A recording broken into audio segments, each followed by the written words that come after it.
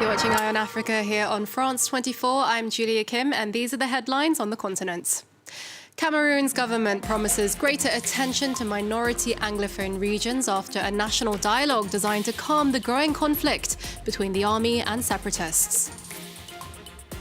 And just weeks after Tunisians rejected ruling political parties in the first round of presidential polls, voters are set to return to the ballot box this Sunday to elect a new parliament. And as Addis Ababa prepares completion on Africa's largest hydroelectric dam, it's found itself in hot water with neighbours Egypt and Sudan. More on that later on in the programme.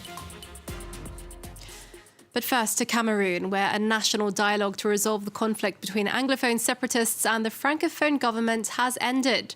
President Paul Biya granted the English-speaking region special status, but the rebels who boycotted the talks say they want full independence. In a separate move, Biya also freed over 300 prisoners involved in the insurgency, which has left nearly 3,000 people dead since 2017. Selena Sykes has this report. Mesdames et messieurs. A first step towards peaceful dialogue in Cameroon. More than 300 separatist fighters are being released in a bid to calm the country's Anglophone crisis. The decision made by President Paul Biya was welcomed by delegates attending a week of national dialogue. We hope that the release of 333 detainees will pave the way for peace to return in the provinces, in the regions of the northwest and the southwest, because this is what everybody is waiting for. Talks led by Cameroon's Prime Minister, which started on Monday in Yaoundé, have brought together political groups, religious figures, civilians and members of the armed forces. Delegates adopted a resolution recommending special status for Anglophone regions in the northwest and southwest of the country. But questions were raised over how much the national dialogue could achieve without the presence of key separatists, who were either behind bars or boycotted the event, demanding the release of their leader Julius Ayuk Tabe. Rebels also said they would only agree to negotiations held in a foreign country, attended by United Nations mediators and world powers. English speakers, who account for about a fifth of Cameroon's population, have long complained of discrimination and marginalisation. Violence broke out in 2017 between the army and separatist fighters wanting independence.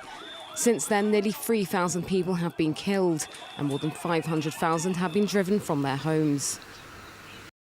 Now, just weeks after Tunisians rejected ruling political parties in the first round of presidential polls, voters are set to return to the ballot box this Sunday to elect a new parliament.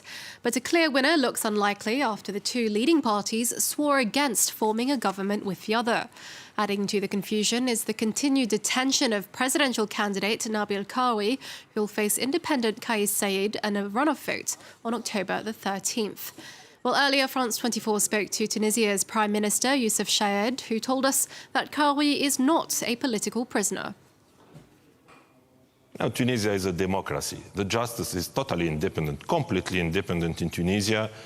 Since after the revolution, this was one of the major reforms that were done in Tunisia after the 2011 revolution. The justice is totally independent. Of course, the situation is a unique situation, but we respect the independence of the justice. Mr. Karoui was arrested by a judge, by a judiciary financial poll. He was arrested on charge of tax evasion and money laundering. He was arrested after a complaint done by a local NGO called iWatch. And the justice, again, is totally independent, and it gave us a unique situation now in Tunisia. Well, for a 33rd consecutive Friday, tens of thousands of Algerians have taken to the streets demanding an overhaul of the political system.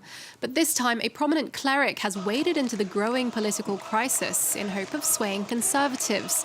Sheikh Lakhdar Zawi published an Islamic ruling urging citizens to vote in December 12th's election. The army is pushing ahead with the presidential vote, despite opposition from the protest movement. Now, Egypt, Sudan and Ethiopia have found themselves in troubled waters over Ethiopia's nearly complete dam on the Nile River. Ministers from the three countries met this Friday in Khartoum to find common ground on what's set to be Africa's largest hydroelectric dam. Simon Harding has the story. It's Ethiopia's super project for a better future. The Grand Ethiopian Renaissance Dam, a $4 billion project which is expected to provide close to 6,500 megawatts of electricity to a region which struggles to generate power. But there is discord between the three Nile countries it is meant to service. The dam in northwestern Ethiopia would deplete the water reserves of Sudan and specifically Egypt, who are both downriver. Cairo fears that filling the reservoirs too fast could deplete the country's water supplies, who are 90% dependent on the Nile. They have asked the project to be completed over 7 years, whereas Addis Ababa wished to do it in just 3. Ministers from all three Nile Basin countries are meeting for crucial talks in Khartoum after tensions rose in recent months over the completion of the project. Ethiopia's argument is that the works are already 5 years late, and delaying it any more is out of the question, even though the project is almost completed. The length of the dam is 1.8 kilometer. The height is 1,145 meter. The quantity of RCC, roller compacted concrete, expected to fill to completion of the project is 10.2 million cubic meter. The overall completion of the main dam by now is more than 80.41%.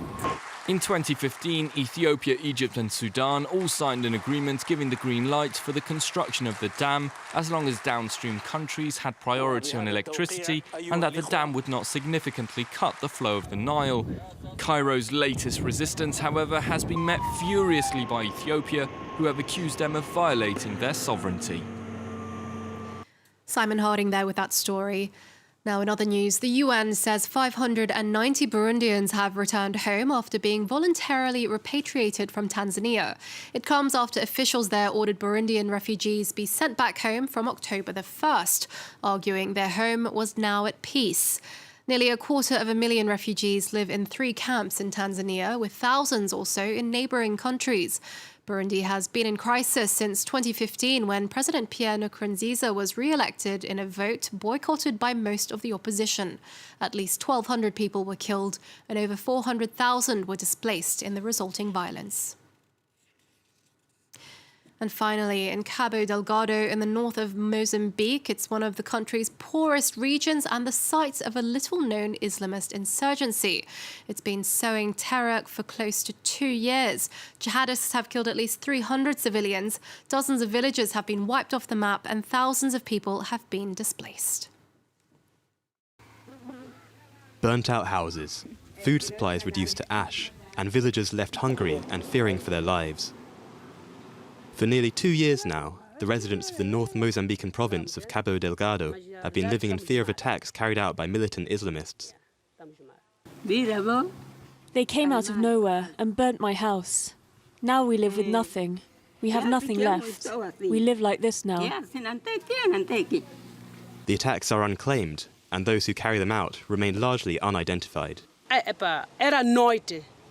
I don't know who they were. It was night, but I can tell you that there were a lot of them. There were young people and women too. Over 300 people have died in these attacks since October 2017. Many of the survivors have since fled, like Ayuba and his family, to seek refuge with relatives who live elsewhere.